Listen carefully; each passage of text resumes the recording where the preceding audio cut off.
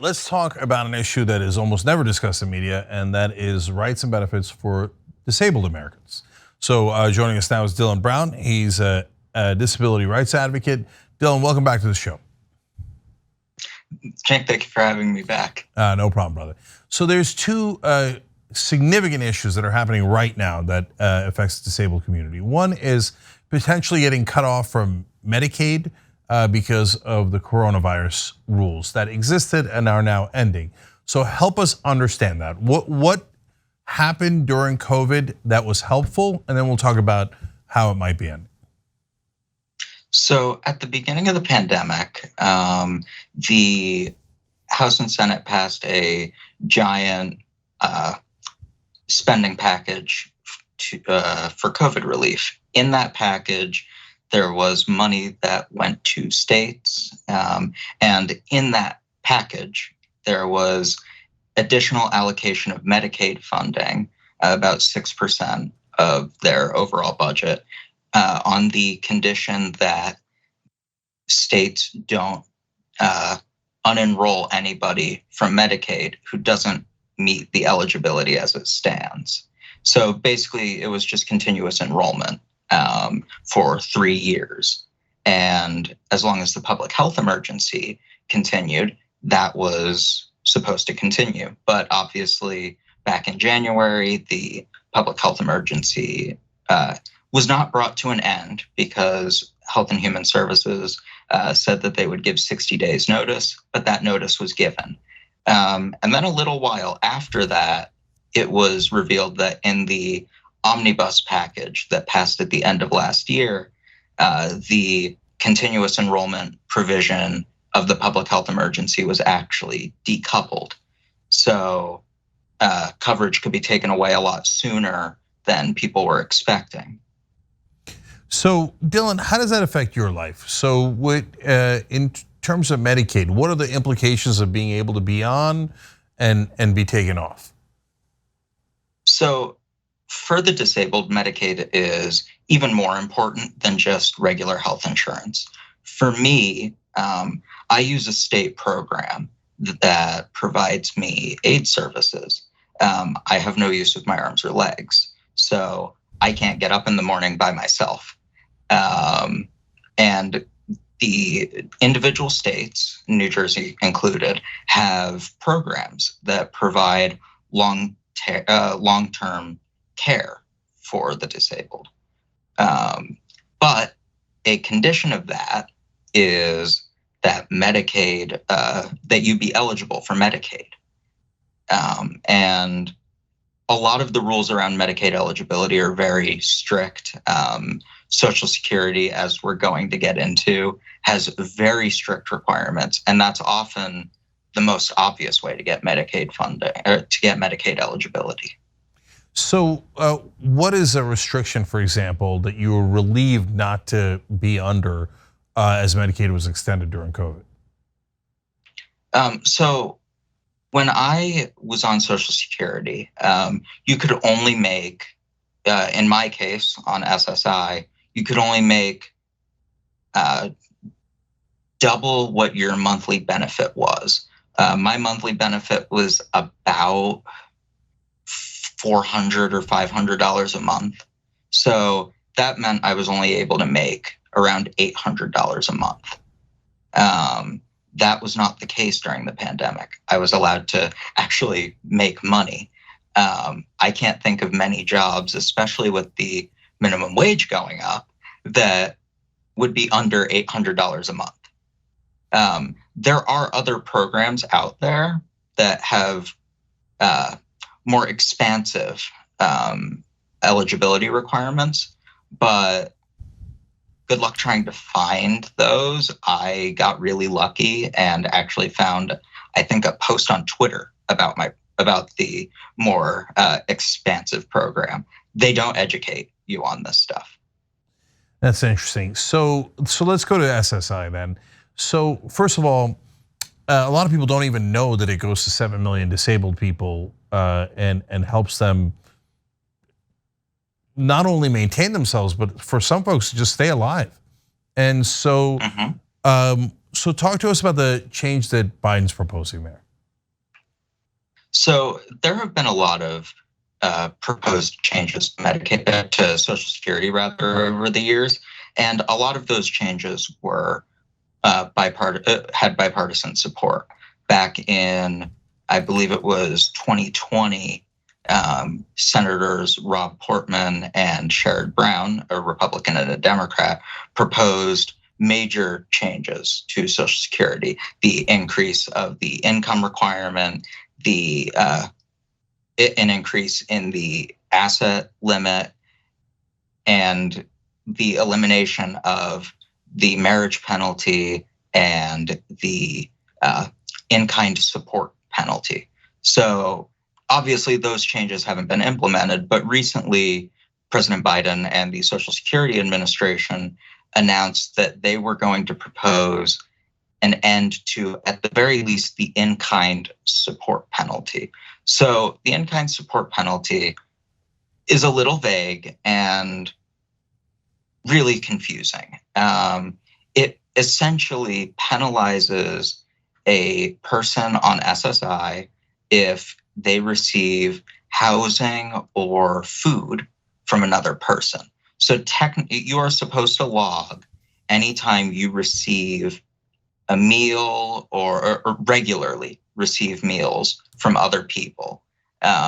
Or if you live with family, that's also held against you. This proposed change would eliminate that.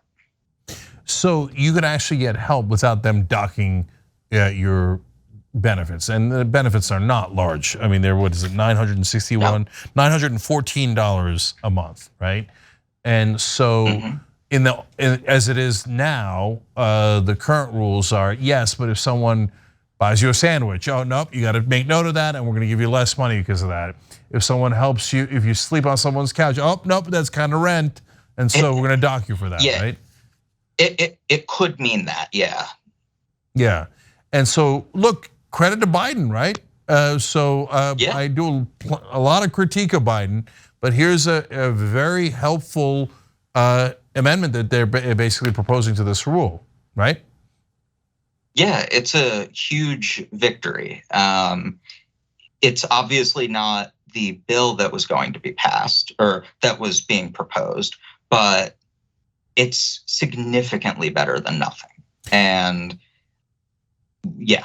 Yeah, Dylan, in this case, I know that they are putting it up for public comment, et cetera, but is there a chance that it gets derailed, or is this mainly an executive action? And so at least on the SSI front, you're gonna be okay?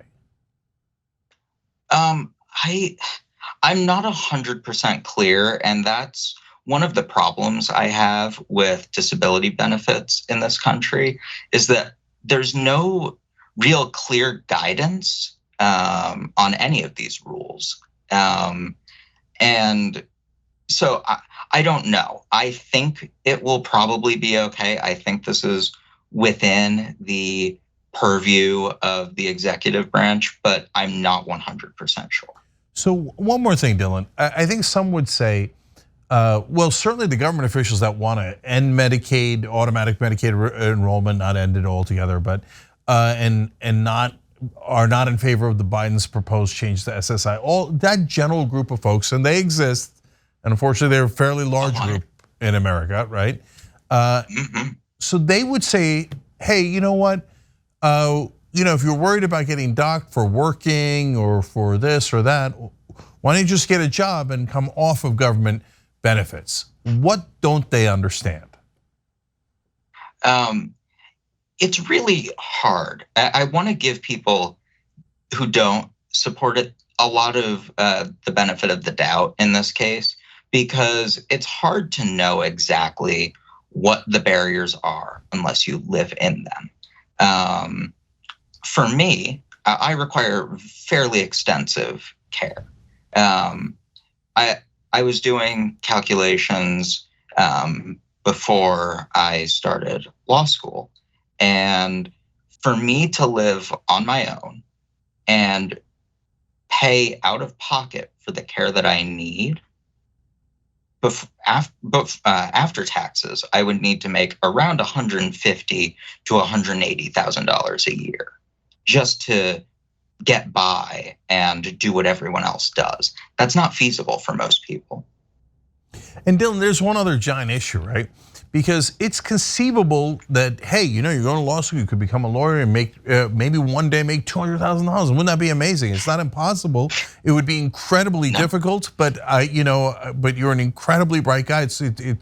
It's possible, but you can't get from zero to there, right? You have to live the years in between. So if you can't ever work between now and then, how would you ever make it to 150 to 180,000?